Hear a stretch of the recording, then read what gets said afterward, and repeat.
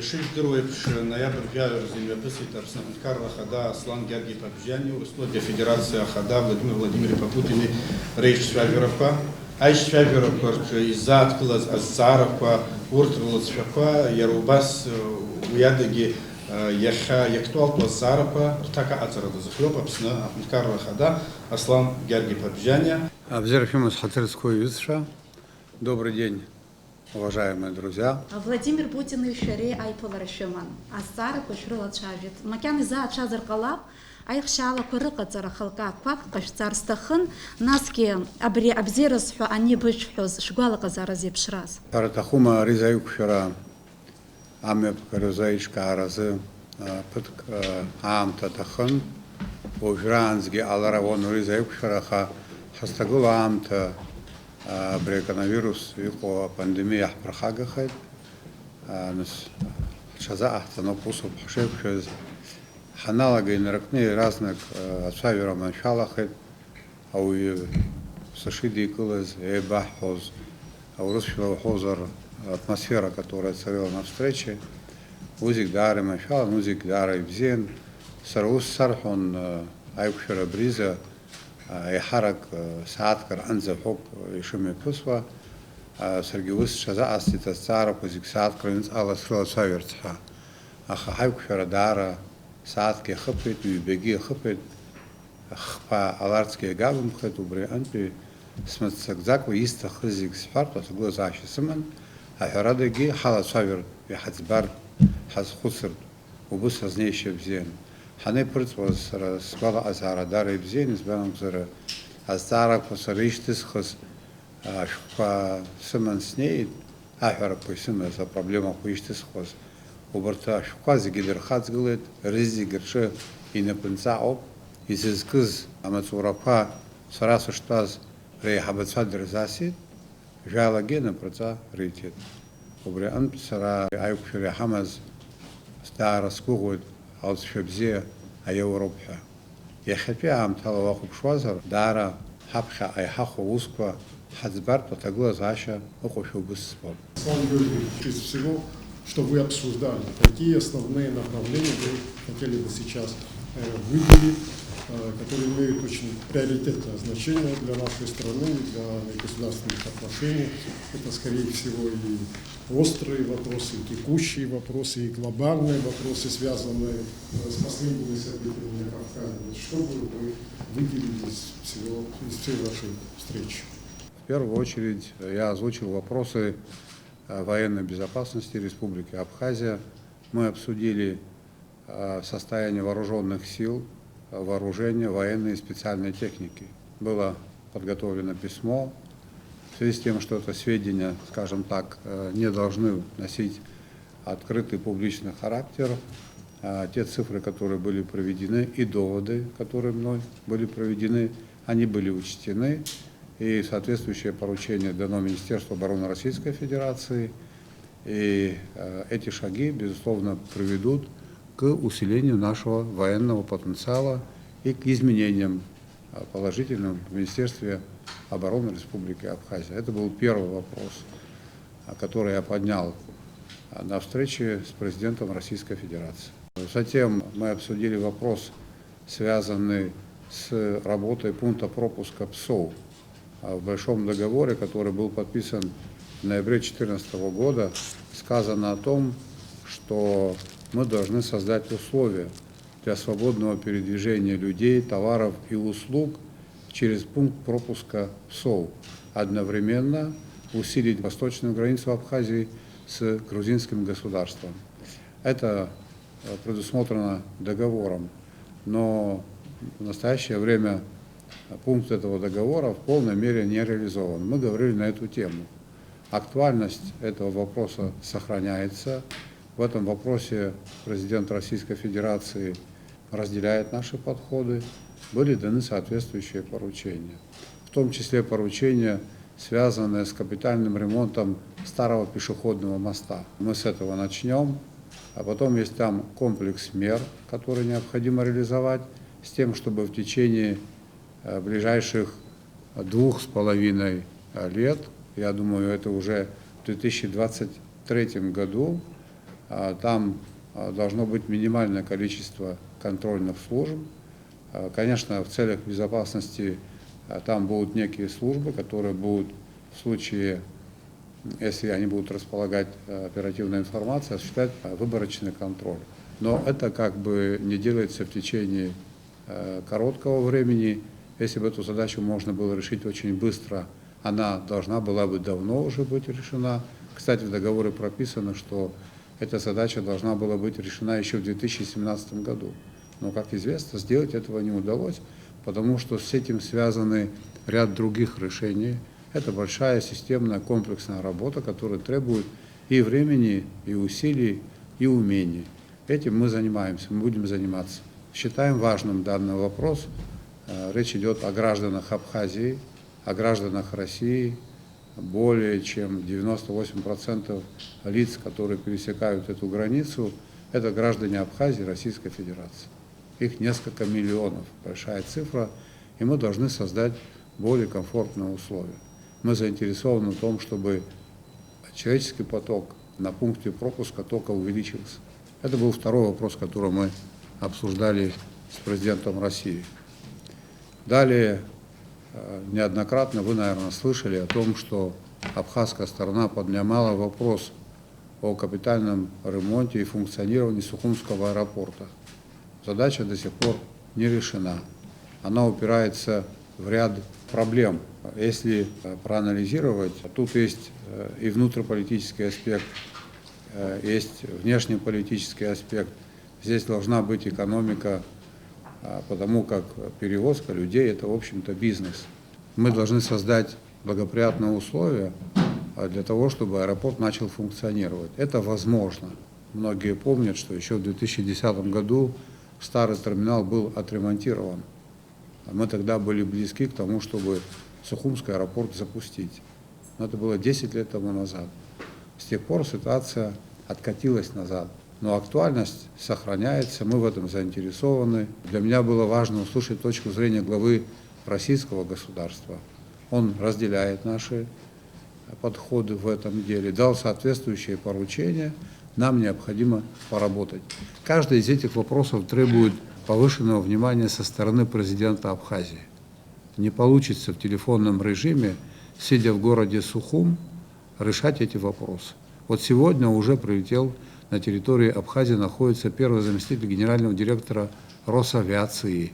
Это чтобы вы понимали, как быстро работает механизм в аппарате президента Российской Федерации. Сегодня уже начнутся переговоры. Я не знаю, какое количество времени это потребует, но мы будем информировать нашу общественность о том, как будут обстоять дела в этом направлении. Я обращаюсь, пользуясь случаем, к нашим гражданам, надеюсь, что они в случае необходимости будут нам помогать в решении этого вопроса. Возможно, придется принять ряд законов, необходимо будет усилить меры безопасности. Кстати, это будет иметь отношение и к изменению режима работы пункта пропуска в СОУ. Есть вопросы взаимосвязанные. Из одного вопроса проистекает другой. Мировая практика с такими проблемами неоднократно уже сталкивалась. Мы будем этот опыт перенимать. Поэтому актуальность этого вопроса сохраняется не только для нас, но и для руководства Российской Федерации. Я надеюсь, что мы найдем в себе силы, волю для того, чтобы дело довести до конца. Это потребует несколько лет, но мы будем добиваться этой цели. Следующий вопрос, который мы обсуждали на встрече с президентом Российской Федерации, это вопрос, связанный с проблемой обеспечения населения Республики Абхазия электроэнергией. Я хотел бы вас проинформировать о том, как обстоят дела на сегодняшний день. Некоторые вещи, они очевидны и вам понятны, вы это видите. Мы сегодня живем в условиях веерного отключения. Почему так получилось? На сегодняшний день, за январь, февраль и несколько дней марта 2020 года мы уже задолжали Российской Федерации около 600 миллионов рублей за электроэнергию. Мы не можем это оплатить, у нас нет денег, мы им задолжали. Тот объем электроэнергии, который мы должны получать Сингур ГЭС, у нас соотношение 40% к 60%, Этот объем нами уже выбран в октябре месяце. Сейчас мы выбираем электроэнергию сверх установленных договоренностей. Весной будущего года, в феврале где-то будущего года, станция становится на несколько месяцев на ремонт. Нам нужна электроэнергия, и у нас нет других возможностей, кроме как помощь с российской стороны. И я его об этой помощи просил. Стоимость этой электроэнергии, исходя из объемов потребления, более чем 1,5 миллиарда рублей. Итого помощь состоит, если ее выразить в цифрах, это более 2 миллиардов рублей за долги, которые уже накопились, и до мая будущего года. Владимир Владимирович обещал в этом вопросе помочь, дал соответствующее поручение. Но мы говорили об энергетике, мы вышли за рамки этой помощи. Ситуация в энергетике усложнялась на протяжении многих лет. Еще в 2013, 2014, 2015 году есть документы, руководители Черноморэнерго писали о том, что состояние сетей находится в аварийном состоянии, близко к аварийному. Необходимо принимать меры, но энергетика – это отрасль, электроэнергия – это товар. Его нужно или производить самому, или приобретать. Есть страны, которые не производят электроэнергию, а приобретают. У нас тариф в Абхазии стоит 40 копеек. Но нет такой страны на территории Советского Союза. Нет в Европе такой страны, где тариф стоит 40 копеек. Кто-то может сказать, что и таких зарплат нет. Но у нас средняя заработная плата небольшая, около 10 тысяч рублей. Тариф на электроэнергию 40 копеек. Но вы знаете, средняя заработная плата в том же Краснодарском крае около 30 тысяч рублей, а тариф там 2 рубля 70 копеек. Даже если вот эти соотношения выдержать, более того, мы имеем картину, когда эти 40 копеек не оплачиваются. У нас за 25 лет накопилась задолженность перед энергетиками в объеме 1 миллиарда 800 миллионов рублей. Кстати, более 800 миллионов рублей – это долг, который накопился после 2017 года. И это накопление связано с таким бизнесом, как производство криптовалюты. Вы, наверное, знаете о том, что этот бизнес был в Абхазии запрещен. Но я располагаю материалами с Государственного таможенного комитета. Только за 2019 и первая половина 2020 года завезено оборудование более чем на 80 миллионов рублей. Завоз оборудования не был запрещен. Саму деятельность запретили, завоз оборудования никто не запретил. Запрет носил декларативный характер. Реально его не смогут никто запретить. Люди этим занимались, ставили. При наличии свободной электроэнергии этот бизнес неплохой, наверное. Люди работают, ставят аппаратуру, получают какие-то деньги. Это, наверное, неплохо с одной стороны. Но это не должно происходить за счет того, что кому-то не хватает электроэнергии. Чтобы было понятно, принято постановление правительства. Ввоз оборудования запрещено. Сейчас хотят изучить вопрос, связанный с легализацией этой деятельности. О чем я говорю? Какие-то объемы электроэнергии в определенных районах Абхазии можно отдать под этот вид бизнеса. Система позволяет. У нас нагрузка сетей в каждом районе разная. В Сухуми у нас критическая нагрузка, в Гагарах она близка к критической, в Кудауте она высокая. В Восточной Абхазии такого нет. Там в меньшей степени концентрация и населения, и промышленных предприятий.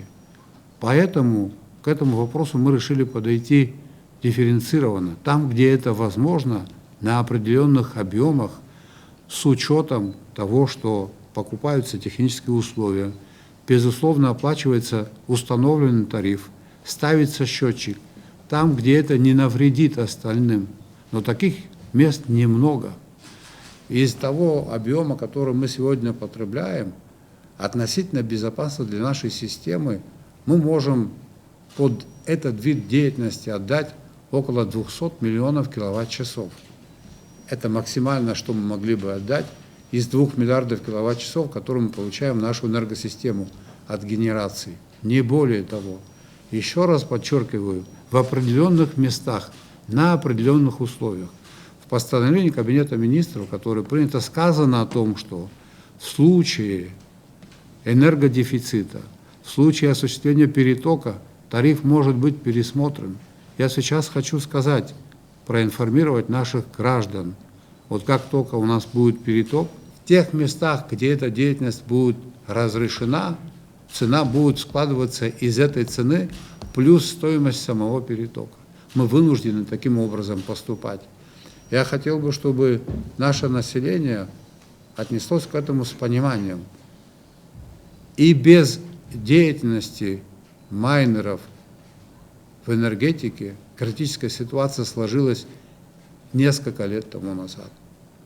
Но вы, наверное, помните о том, что парламентом был принят закон об энергетике, который запрещает инвестиции в энергетику. Я был один из тех депутатов, который за этот закон не голосовал. Вот сегодня у нас стоят 3 станции, 3 перепадные станции. От того, что они стоят полуразрушенные, это никому не приносит пользу. Если эти станции были бы восстановлены бизнесом, и они занимались бы там майнингом, оплачивали бы тариф, платили бы налоги, это, безусловно, было бы подспорьем, это было бы правильно. Но тот закон, который мы приняли, который запрещает инвестиции в энергетику, неважно, частные инвестиции, государственные инвестиции других государств, той же России, просто запрещает. На этих условиях будет очень сложно работать. Наша энергетика нуждается в очень серьезных финансовых вложениях. Такими деньгами мы не располагаем. И нам необходимо будет искать решение, которое устроит абхазскую сторону. Мы вынуждены будем привлекать инвестиции. Если мы привлекаем инвестиции, значит, мы должны инвестору что-то предложить. Ему должно быть это интересно. Мы не можем привлечь заемные средства, кредиты в нашу энергетику, ее восстановить, продавая населению, вернуть. Тариф наш не позволяет. Поэтому вопрос, связанный с восстановлением нашей энергетики, это очень серьезный вопрос. Мы в этом ключе будем, безусловно, работать.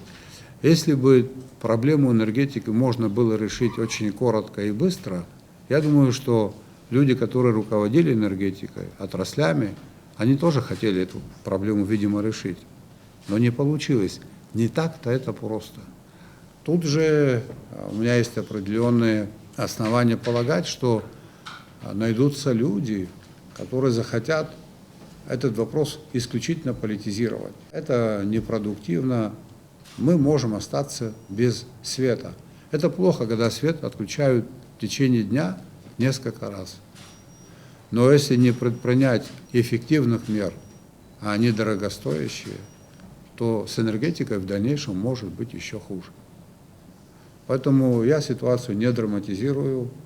Мы можем посмотреть, как вопросы решались в других странах. Мы не можем выработать в рамках Абхазии уникальную экономическую модель и подчинить этой модели всех. Так не получится. Есть определенные правила, они носят абсолютно универсальный характер. Да? Некоторые особенности мы можем себе позволить, но они будут носить исключительно локальный характер. Поэтому люди работают над этим. Приезжали специалисты с Министерства энергетики Российской Федерации. Они осуществили технический аудит состояния нашей энергетики. Для того, чтобы наша энергетика работала в безаварийном режиме, нужно в энергетику вложить около 5 миллиардов рублей. Состояние нашего бюджета вам известно. У нас, собственно, доходная часть бюджета в этом году – это 5,5 миллиардов рублей. С учетом пандемии мы в лучшем случае соберем 4,5 миллиарда рублей. И огромный процент из этих денег – это заработная плата. Понятное дело, что мы эти деньги инвестировать в энергетику самостоятельно не сможем.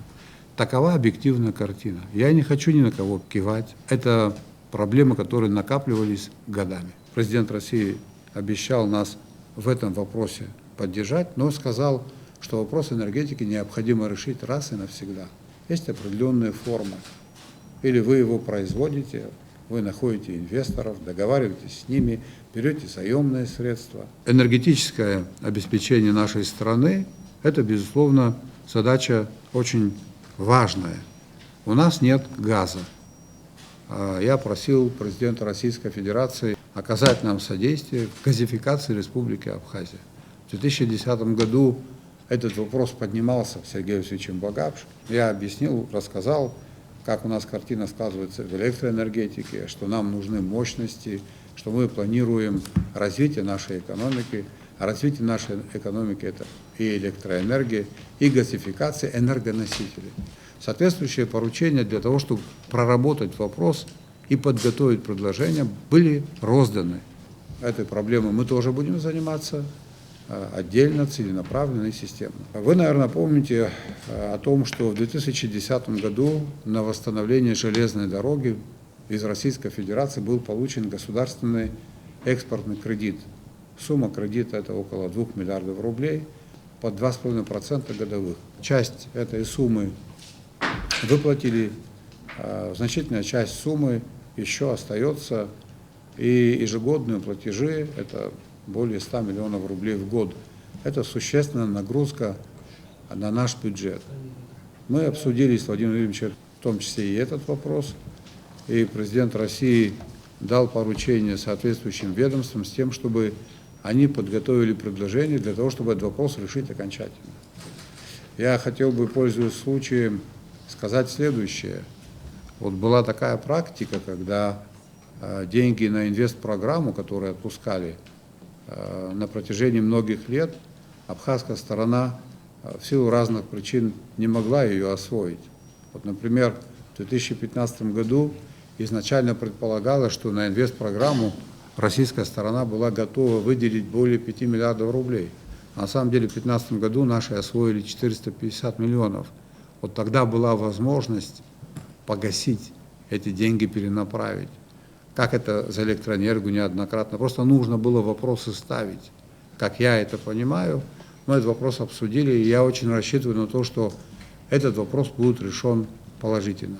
Вы проинформированы о том, что в рамках Большого договора граждане Абхазии имеют возможность проходить лечение по медицинским российским страховкам.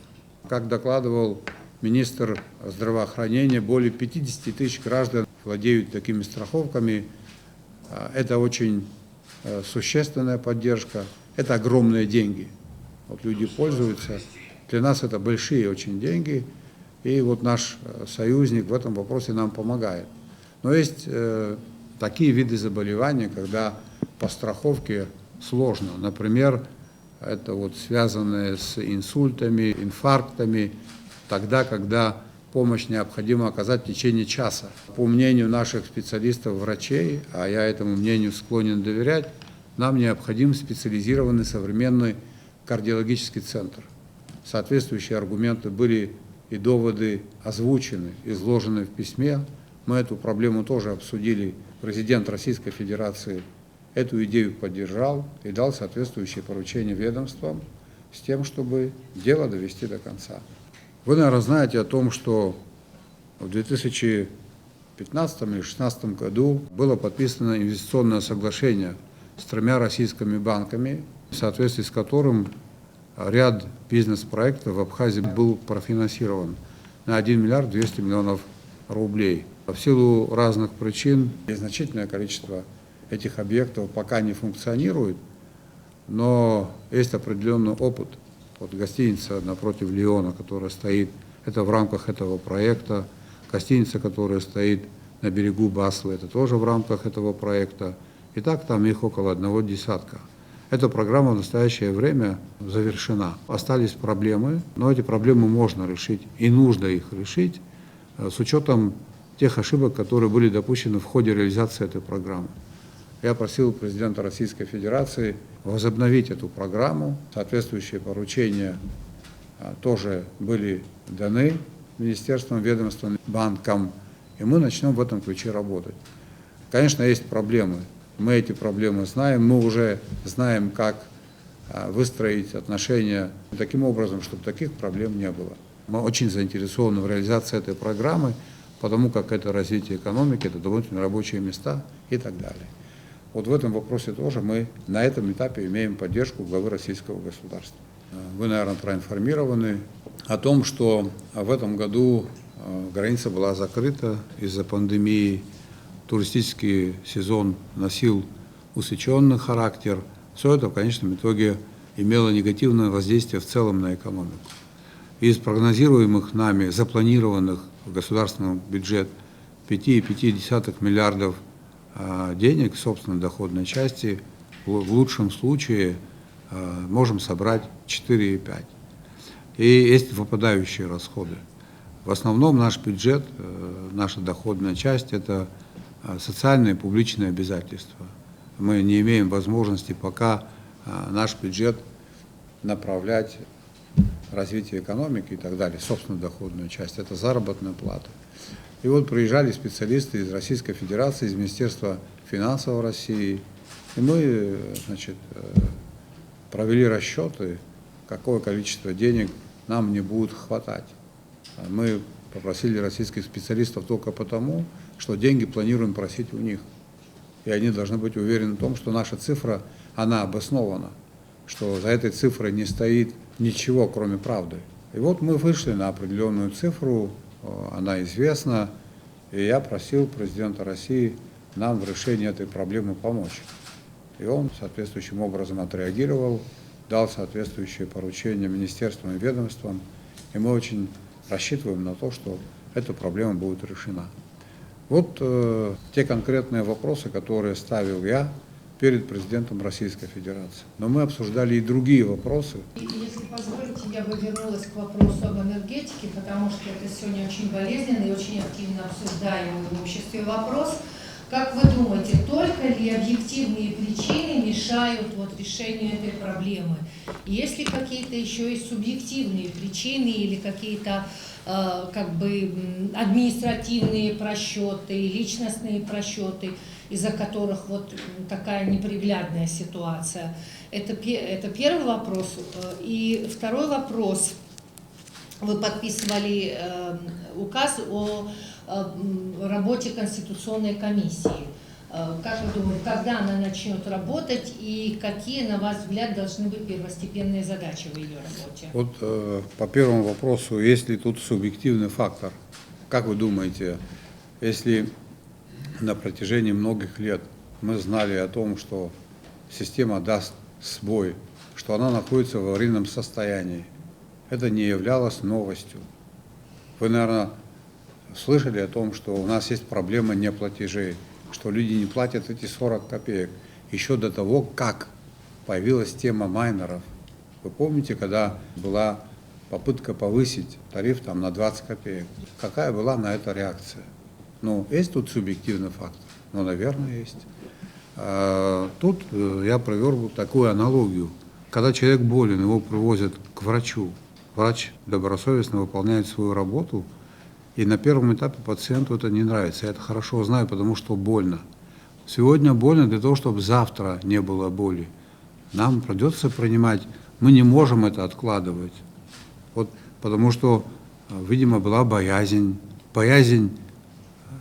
последствий за непопулярное решение. Ну, вы знаете, наверное, некрасиво или неприятно видеть всегда правду. А правда такая: энергетика в аварийном состоянии. Представьте себе трубу, по которой течет вода. Эта труба состоит из огромного количества повреждений. Ну, вода идет кое-как.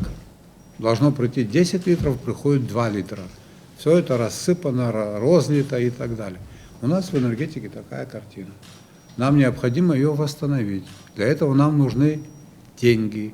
Мы должны к этой проблеме подойти спокойно. В этой теме не должно быть людей, которые в этом не разбираются, а хотят на этом нажить политический капитал. Те, которые не будут требованиям подчиняться, майнеры, они не то что будут отключены, они будут лишены возможности этим заниматься. Этой деятельностью в Абхазии будут заниматься только в тех местах, которые установит Черноморэнерго, там, где это возможно, так, чтобы это не мешало остальным. Это небольшой объем, и такие места есть, такие места будут определены. Соответствующее поручение будет дано Министерству внутренних дел. Мы будем в этом вопросе бескомпромиссны. Есть факты, когда приходят и отключают А потом они же приходят за деньги и включают подкуп, коррупция, продажничество. Все это, безусловно, есть. Никуда это не делось. За такое короткое время невозможно было это изменить. Комиссия по конституционной реформе приступит к работе в ближайшее время. Мы не будем спешить с работой этой комиссии. Комиссия должна все тщательно изучить. Это должен быть образец профессионального подхода к делу. Что пересматривать, в каком объеме и так далее. Слава Богу, эта комиссия, на мой взгляд, состоит из людей авторитетных и понимающих, что им необходимо сделать. И они эту работу будут делать. Вы вполне подробно рассказали о своей встрече с Владимиром Путиным, о вопросах, которые обсуждали, но все же оговорили, что было еще ряд вопросов. И вот в связи с этим мой вопрос. По непроверенной информации вы все же обсуждали вопрос возможности открытия сквозного железнодорожного сообщения. Более того, насколько вот эта инсайдерская информация верна, не знаю, была договоренность о том, что и Грузия, и Армения, которая, собственно, просила об этом железнодорожном сообщении, дала свое согласие. Насколько это правда? Если это так, в каком виде это все будет работать? И второй вопрос, если позволите. Значит, на прошлой пресс-конференции, на своей первой пресс-конференции вы говорили о том, что вопрос гражданства Российской Федерации для жителей Республики Абхазия в ближайшее время как бы будет разрешен. Какие подвижки в этом вопросе? Ждать ли нам этого гражданства тем, у кого его нет? Мы в свое время на уровне высоких руководителей обсуждали возможность транзита. Я хочу еще раз подчеркнуть, между намерениями и результатом огромное расстояние. Намерения были всегда, а результат бывает не всегда. Это я помню, я хочу, чтобы вы это знали. Но все же начинается со слова, да, сперва было слово. Вот мы говорим пока о том, что было на уровне обсуждений. Ну, конечно, мы говорили о событиях, которые происходят вокруг Карабаха, о том, что эти события очень много изменили и изменят. В связи с этим возможен ли транзит? При благоприятном стечении обстоятельств транзит возможен. А в ближайшее время ситуация станет более очерченной, более понятной.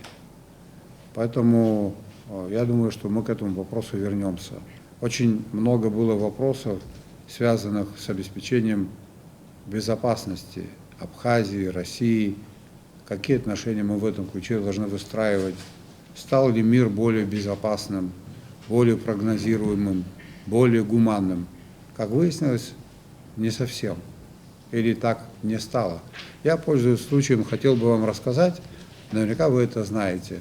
Вы помните период распада Советского Союза, когда президентом был Михаил Горбачев, когда говорили о том, что если вдруг случится так, что военный блок, Варшавский договор был такой, он распадется, то распадется еще блок НАТО. Варшавский договор распался. Как известно, блок НАТО не распался.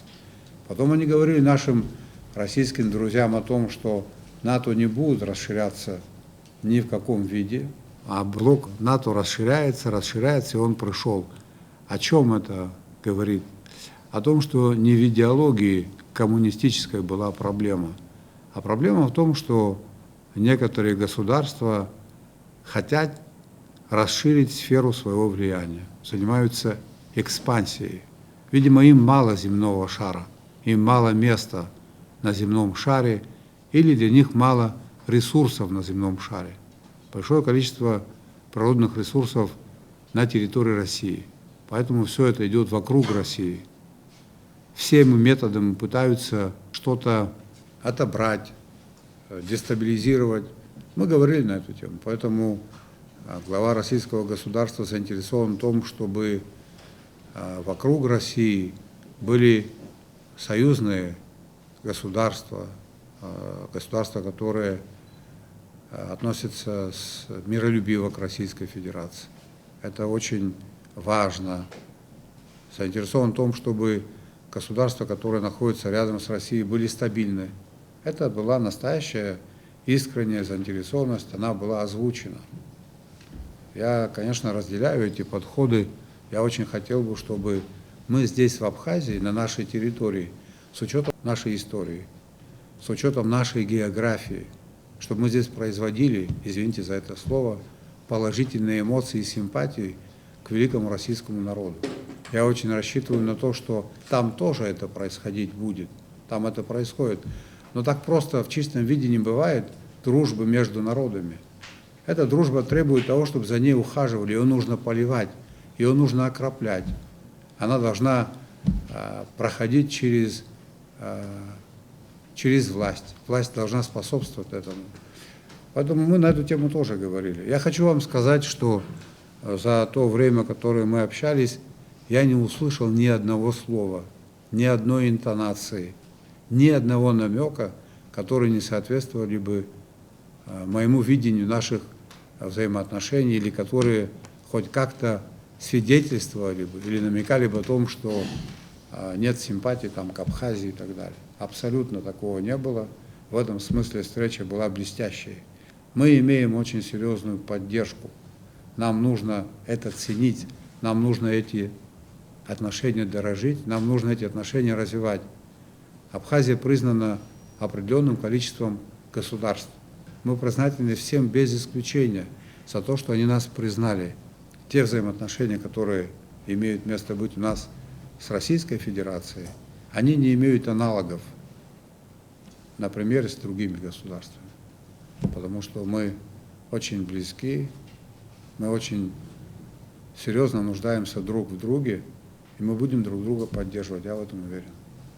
Нам нужно всегда иметь аргументированную позицию. В наших отношениях не должно быть лжи.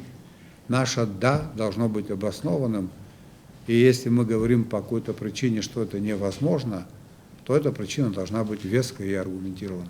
По вопросу двойного гражданства соответствующий документ очередной уже пришел. Он находится у нас здесь, в Абхазии, и нуждается в некотором редактировании. По сути, эта вещь уже понятная и приемлемая. Нам есть определенная процедура, уважаемые коллеги. В нашем случае она короткая, но тут быстрее можем такие вопросы решать. Есть процедура прохождения документов. Вот затягивание вот этих, как это нам кажется, затягивание, оно обусловлено вот этими процедурными моментами. Я вот, пользуясь случаем, хотел бы вас проинформировать о том, что 12 ноября, в день, когда прошла встреча с президентом Российской Федерации, парламент ратифицировал изменения, которые были внесены в соглашение о создании КЦ, и наш парламент ратифицировал соглашение о софинансировании деятельности МВД Абхазии. Эти документы тоже должны были быть подготовлены, реализованы в соответствии с договором несколько лет тому назад. Но они вот реализованы сегодня. Что это дает нам в практическом плане? Существенную, в нашем случае, колоссальную поддержку, повышение заработной платы сотрудникам МВД как минимум на 75%, материально-техническое обеспечение, значительное материально-техническое обеспечение. Только в этом году у нас будет возможность приобретения более 40 единиц специального транспорта для МВД в рамках вот этого соглашения. Кто-то может сказать, что это должно было быть раньше. Оно могло быть раньше. И наши сотрудники эту заработную плату могли получать уже в 2018 году. В 2018, в 2019, в 2020. Все это можно было сделать, но по каким-то причинам этого не случилось. Будем заниматься этими вопросами. Мы придем к тому алгоритму действий, когда вопросы будут решаться максимально быстро. Слава Георгиевич, когда вы говорили про обсуждение вопроса по железнодорожному кредиту, вы сказали, что ожидаете положительного результата. О чем идет речь? Речь идет о списании этого кредита или как-то продлении его выплаты? И второй вопрос, обсуждалось ли в ходе вашей встречи с Путиным, обсуждался ли вопрос продажи недвижимости? Что касается железнодорожного кредита, мы, конечно, хотели бы, чтобы он был списан. Этот долг был реструктуризирован. Но даже в таком виде для нас это неподъемно, очень сложно, поэтому любое облегчение финансового бремени для нас будет восприниматься как положительный результат. Может, будут уменьшены проценты, может, это будет еще большая рассрочка. Но если нам крупно повезет, то это может быть и списание. Конечно, мы будем стараться сделать так, чтобы это было списание. Вопрос так ставился. Ну, посмотрим, как мы это сумеем реализовать. Вопросы продажи недвижимости мы как отдельно взятый вопрос не обсуждали. Мы говорили о каких-то общих подходах. Мои дорогие друзья, я хотел бы вот на нашей встрече с вами, я абсолютно уверен в том, что вы очень хорошо знаете договор, который подписан в ноябре между нашими государствами. Мы говорили о тех вопросах, которые в этом договоре отражены. В этом договору 24 ноября будет 6 лет. В этом договоре написано следующее. Совершая переход к качественно новому уровню межгосударственных отношений в целях укрепления государственного суверенитета Республики Абхазия и Российской Федерации, мы договорились о проведении скоординированной внешней политики, создании общего пространства обороны и безопасности, формировании общего социального и экономического пространства, создание условий для полноценного участия Республики Абхазия в интеграционных процессах на постсоветском пространстве, реализуемых по инициативе или при содействии Российской Федерации. А что, по-вашему, создание общего пространства обороны и безопасности? Что это такое? А что, по-вашему, создание общего социального и экономического пространства? Это унификация правил. А что означает создание условий для полноценного участия Республики Абхазия в интеграционных процессах на постсоветском пространстве, реализуемых Российской Федерацией? А какие интеграционные процессы на постсоветском пространстве реализует Российская Федерация? Вы, наверное, слышали о том, что очень часто говорят о союзе государств Россия, Белоруссия. Я, например, понимаю это таким образом. И мы обсуждали вот такие вопросы. Это был обмен мнениями. Есть вопросы, которые будут решаться на уровне правительства. Есть вопросы, которые будут решаться на уровне правительства и парламента. И будут вопросы, которые будут решаться нашим населением, нашими гражданами. Слава Богу, у нас есть такой механизм, как референдум. И мы этим механизмом можем воспользоваться во имя решения более глобальных вопросов. Я сторонник того, чтобы наши отношения союзнические. Я специально ухожу от слова «партнерство». Я это слово не употребил. С Российской Федерацией на самом деле вышли на новый уровень межгосударственных отношений, как это написано в этом договоре. А для того, чтобы эти отношения вышли на новый уровень, положение этого договора необходимо реализовать. Ни больше, ни меньше. Речь не идет о новом договоре. Речь идет о договоре, который был подписан 6 лет тому назад. Недавно был построен мост властями Краснодарского края в село Аибга. Скажите, обсуждался ли этот вопрос на встрече с президентом России, а также обсуждался ли вопрос строительства тюрьмы в Абхазии? Строительство навесного моста, этот вопрос не обсуждался. Но при этом президент России знал о том, что есть такой населенный пункт Аибга, и мы, значит, на эту тему говорили. Вообще, когда мы говорили о строительстве, капитальном ремонте старого пешеходного моста, когда мы говорили о том, что необходимо изменить режим работы на пункте пропуска ПСОЛ, вы же видите, какие проблемы сегодня там происходят. Вот мы дали обещание нашим гражданам, что перевалка цитрусовых не будет стоить более 6 рублей. И это обещание мы пока сдерживаем.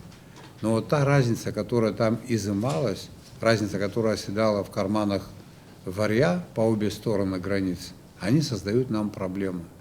Вчера я дал поручение премьер-министру связаться с председателем Федеральной таможенной службы. Это не позиция России, то, что там стоят машины, это позиция конкретных чиновников, которые хотят свои вот эти деньги, к которым они привыкли, выкачать с наших крестьян. Через несколько дней там произойдет перелом. Мы это все обсуждали. В рамках этого мы обсуждали, у нас работает и будет работать комиссия по делимитации границ. Граница должна быть очерчена, и она должна быть обозначена на территории. очерчена граница, этот процесс называется делимитация, а обозначенная пограничными знаками и так далее, это демаркация. И я ему рассказал о том, что я знаю по населенному пункту Аибга, по тем документам, которым располагает абхазская сторона. Он это принял к сведению. Мы его обсуждали очень спокойно, он его принял к сведению. И там подтекст, он президент самой крупной страны в мире. Россия не испытывает дефицит в территориях. Вторая страна после России по территории, 2 раза меньше России. Он эти материалы принял к сведению, сказал, что вопрос будет решен справедливо и законно, тогда, когда пройдет время. Сейчас наши комиссии будут работать, разграничивать наше водное пространство, и потом будем потихонечку туда подниматься. Что касается строительства вот этого моста, перехода, вот я взял материалы, для меня подготовили, там недалеко от этого моста была, значит, они ее называли кладь. Вы, наверное, историю знаете. В царское время это был один населенный пункт. Когда создали Советский Союз, эти республики должны были очертить свои границы. Граница пошла по реке Псов. И в рамках одного села, один хутор остался на абхазской стороне. Но когда-то потом создали на российской стороне колхоз, там они прописаны, а эти вот земли, как пастбище и так далее, вот этот колхоз использовал. А в советское время он находился в хозяйственном ведении у колхоза, земли, которые находились на этой стороне. А люди привыкли, там немного, но они живут по этой деревянному мосту, они ходили. Мост, значит, этот обрушился, соответствующе разрешили им ходить. В 2015 году они обращались. У нас нет постоянной дороги, авиасообщения. Они как бы люди, которые живут там, кто-то в аптеку, кто-то в больницу, кто-то что-то купить, им так удобнее. Это же наши союзники. Это же не есть граница с противником, где мы должны принимать другие меры. Да? Поэтому в 2015 году они обратились к абхазским властям, чтобы разрешили ходить. Им разрешили ходить. Этот деревянный мост, он провалился. Было письмо обращения руководителя пограничной службы, в котором он пишет, это письмо у меня, мы обратились, вот эти люди, мы хотим построить вот этот навесной мост, не заходя в территорию Абхазии. Там прямо написано, потому что вот этот участок назвали несогласованным. Это, вот, на мой взгляд, очень корректная формулировка. Это то, что он не согласован, принимаются сторонами.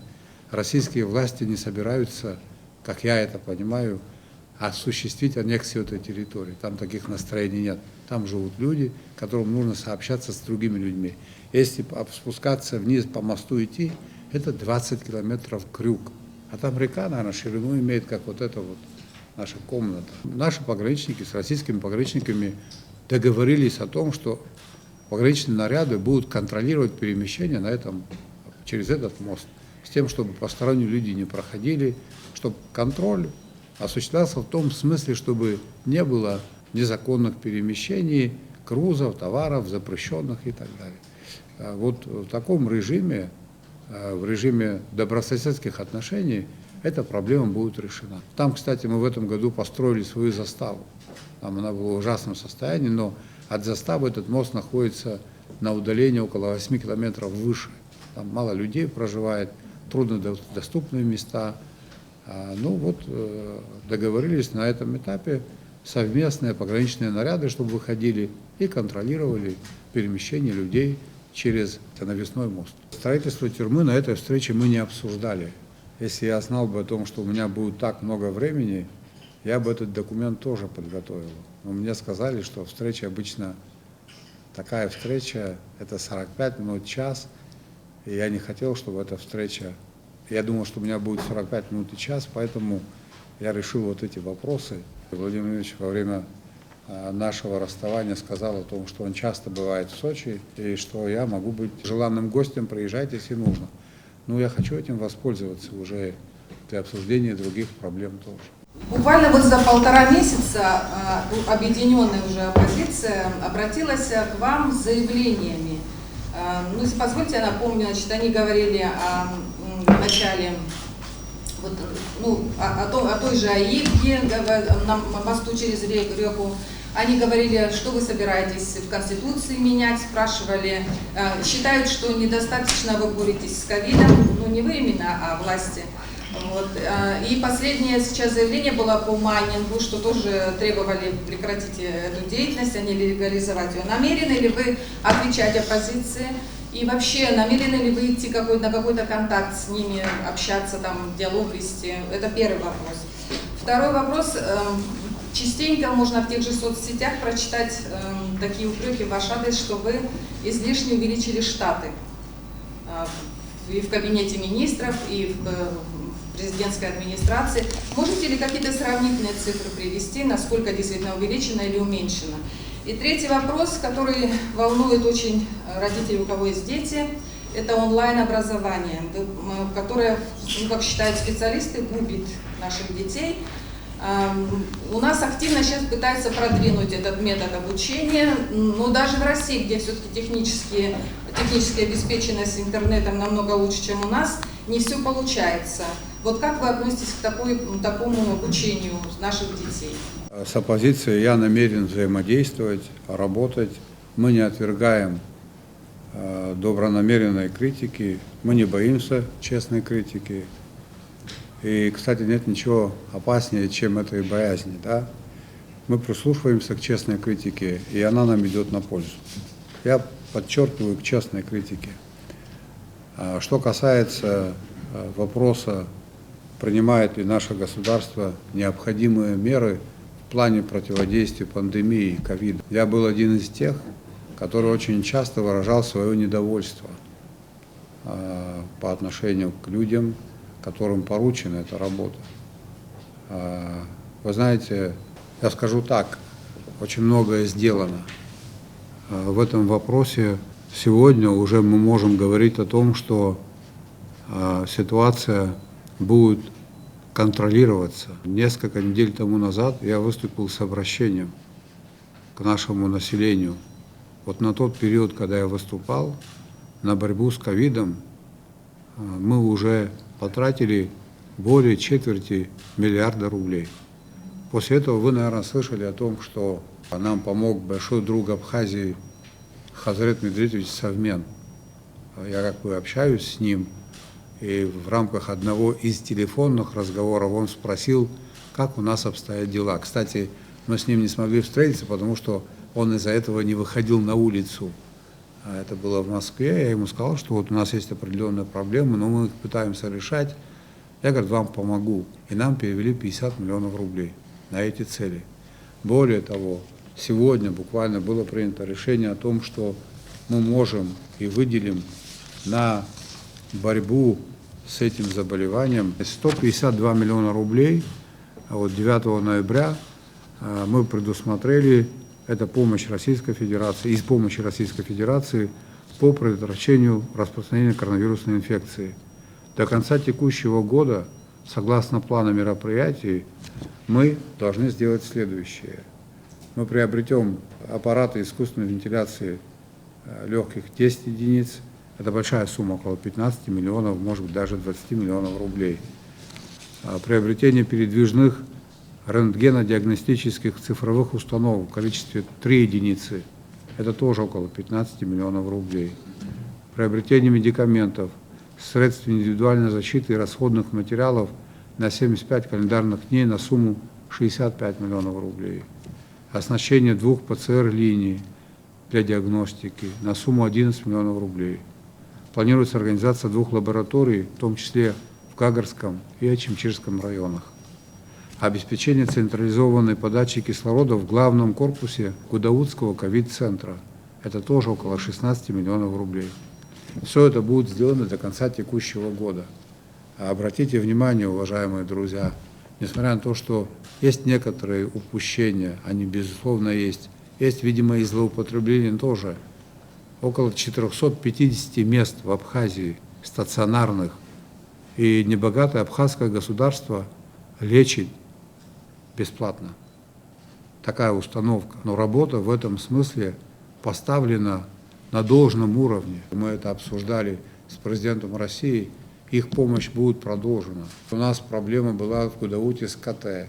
Сегодня вторник должны были провести эту трубку, которая там вышла из строя. Мы это тоже наладим. Проблема противодействия коронавирусной инфекции – это проблема, которая находится под моим контролем, и мы в этом случае обязательно выложимся. Мы сделаем все возможное для того, чтобы эту ситуацию преодолеть. Если пойдет процесс вакцинации, то мы тоже будем к этому приобщены. По поводу штатов в администрации президента, мы штаты не увеличивали, коллеги. В администрации президента такого нет. Там и так было большое количество штатов, и мы пока это оставили как есть. По поводу онлайн-образования, конечно, лучше, если ребенок учится в школе. Но для чего мы строим школы, ремонтируем школы, если мы не намерены в эти школы ходить? Я так это понимаю, что проблема связана с эпидемией, правильно? Это на период эпидемии такие меры приходится предпринимать. 26 ноября не за горами. Ваше мнение, как главы государства, стоит отменять или он будет отменен карантин? Что касается ограничительных мер, сегодня планируем это обсудить. У нас сегодня будет совбез, и в ближайшее время какие решения в этом ключе будут приняты, вы узнаете.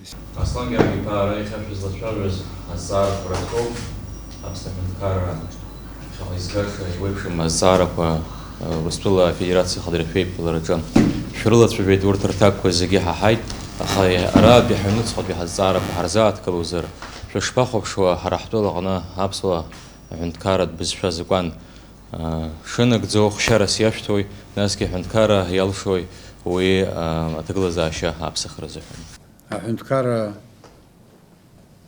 Бизша Абсу Бизша Ацхара Арчира.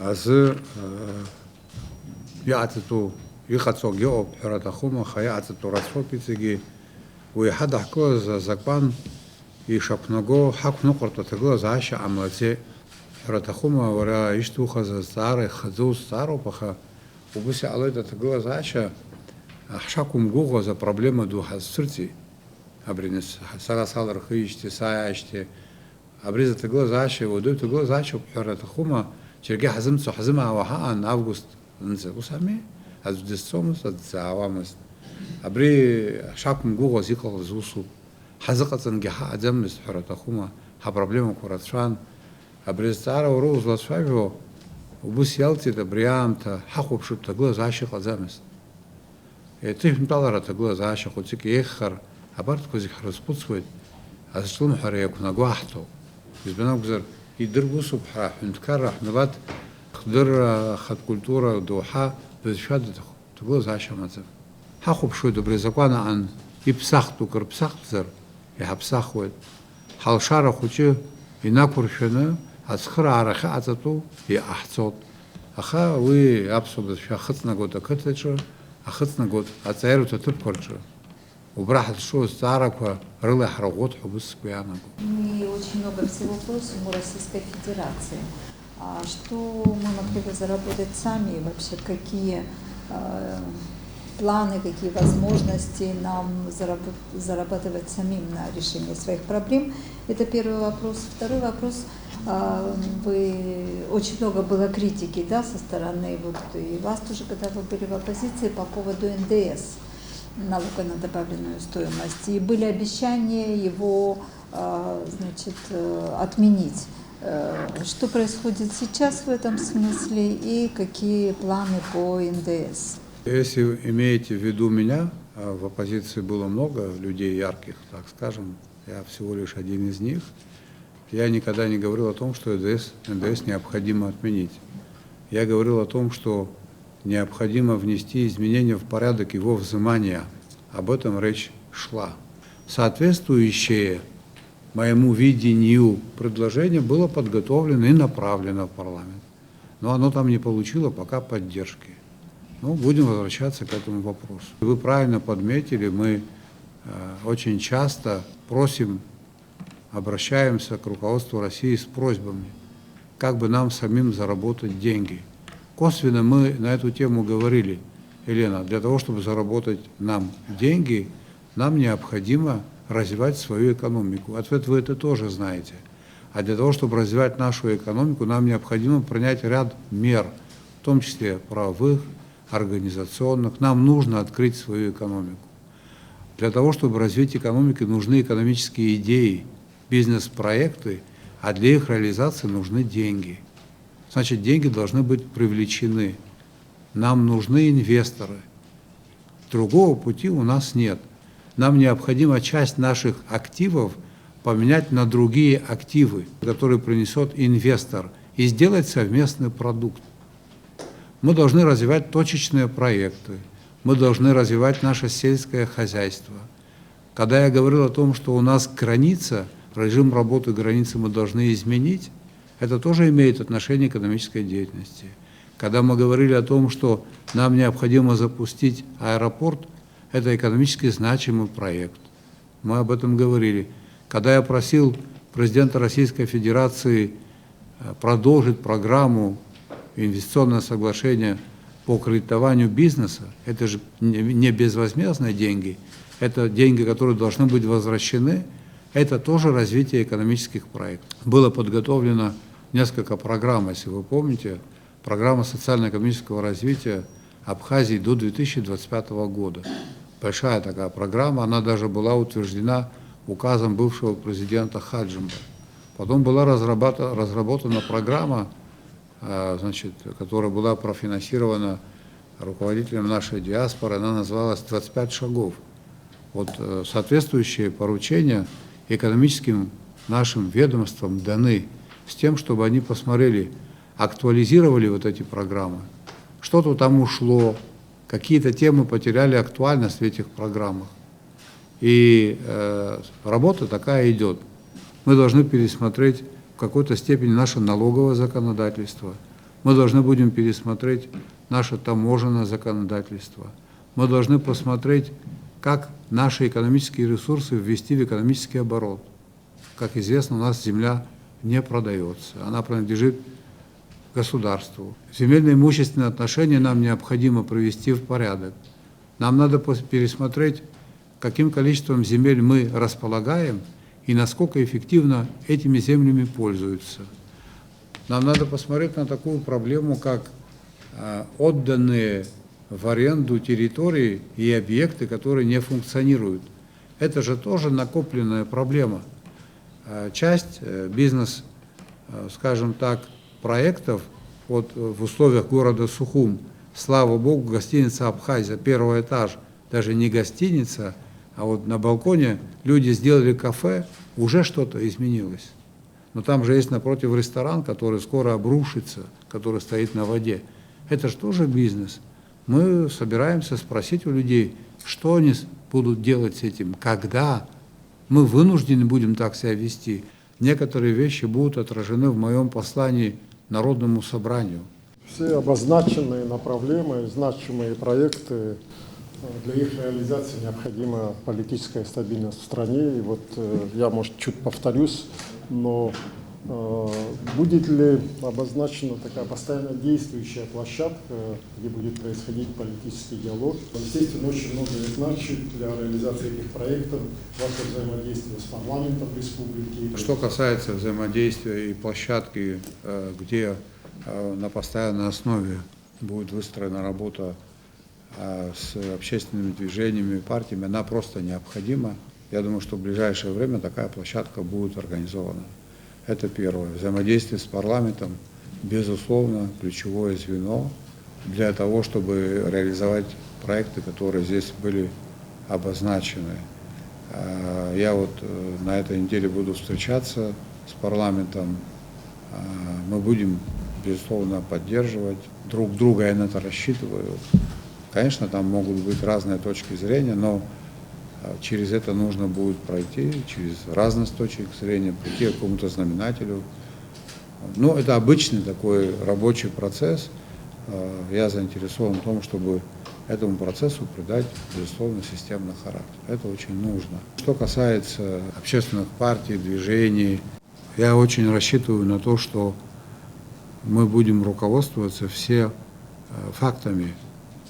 И я бы не хотел, чтобы озвучивались непроверенные данные. Я бы не хотел, чтобы была какая-то попытка дезинформировать население. Но это неконструктивно, это неправильно. Мне представлялось, как главе государства, что первый шаг, который я должен сделать, я должен отойти от таких подходов, когда люди, которые не поддерживали меня, вот их там взять и всех освободить от занимаемых должностей.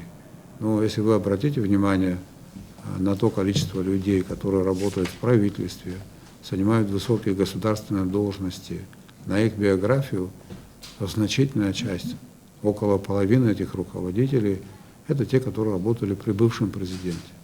Я могу вам назвать фамилии. Это был первый осознанный шаг. Есть люди, которые это не оценили. К сожалению, есть мои сторонники, которые это тоже не приняли. Это я мог сделать, как глава государства, и сделал. Я тоже был кандидатом в президенты в 2014 году, проигравшим или не выигравшим. Можно взять, объективности ради, поднимите список руководителей того периода, потом посмотрите, что было с ними после выборов и так далее. Но кадровые изменения в любом случае будут, и они никак не связаны с тем, работали люди в каких-то штабах или нет. Это связано с тем, они справляются или нет. Это был первый шаг, и мне казалось, он был очень важный, продемонстрирует всем, что глава государства демонстрирует вот такие подходы. Мы все внимательно следили за событиями, которые были и происходят в Карабахе, и очень озабочены тем, что там имело место, и, в принципе, то, что пока еще происходит. Есть ли какие-то, с вашей точки зрения, уроки, которые мы для себя должны извлечь из того, как развивались и события в Карабахе, и к чему они привели? Я думаю, что эти уроки есть. Вы знаете, в 1000 семей пришло непоправимое горе. В 1000 семей, в несколько тысяч семей. Первый урок – это цена миру. Очень важно, чтобы был мир. Второй урок – какими средствами мы можем обеспечить этот мир. У нас есть глобальный вопрос, нерешенный, с Грузией. Какие-то аналогии можно провести между взаимоотношением Азербайджана с Карабахом, Грузии с нами. И на этом фоне, конечно же, очевидно, что во имя обеспечения интересов народа Абхазии очень важно укреплять союзнические отношения с Российской Федерацией. Кстати, мы обсуждали и такой вопрос. Война 2008 года существенно отличается от войны 2020 года, в том числе и в техническом плане. На каком уровне технического развития мы сегодня находимся? И наши вооруженные силы.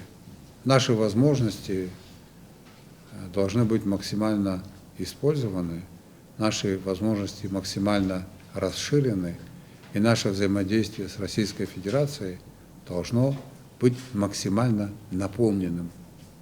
Если мы хотим прогрессировать, если мы хотим развивать нашу страну. Очень сложно в этом мире самоутверждаться, не имея большую, твердую поддержку. Год с момента перестрелки на набережной Сухума у ресторана «Сан-Ремо», в результате которого были убиты 3 человек. Хотелось бы знать, вот, как продвигается расследование по этому громкому делу. Расследованием этого преступления занимается Генеральная прокуратура. Задержаны лица, которые подозреваются в причастности к совершению этого преступления. Служба госбезопасности, Министерство внутренних дел занимаются, оперативные службы по мере необходимости, по поручению следователей подключаются, идет работа. Какой будет, на ваш взгляд, 2021? Сложным, тяжелым или все-таки нам станет, наконец, полегче? 2021 год, я бы хотел, чтобы он был мирным, это первое. Я очень рассчитываю на то, что у нас на фоне тех событий, которые происходят на Южном Кавказе, внутриполитическая обстановка станет рабочей. Я на это очень рассчитываю. Это очень важно, чтобы обстановка внутри была спокойной, рабочей, конструктивной. Вот те вопросы, которые я озвучивал, и те вопросы, которые мы не озвучивали, которые необходимо решить, все это можно решить только в условиях стабильности и мира. Гарантом безопасности нашего государства, конечно же, прежде всего являются вооруженные силы Абхазии и Российской Федерации. Мы можем говорить, как бы ни было сложно в мире, в рамках нашего союза, который мы в этом смысле поддерживаем, да, военная безопасность, она обеспечена и будет обеспечиваться вооруженными силами Республики Абхазия и Российской Федерации. Пограничная безопасность тоже будет обеспечиваться.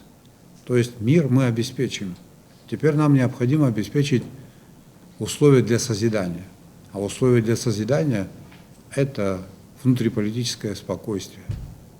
Я очень хочу, чтобы журналистское сообщество вникало в проблематику, которая существует в стране, чтобы никто не передергивал факты.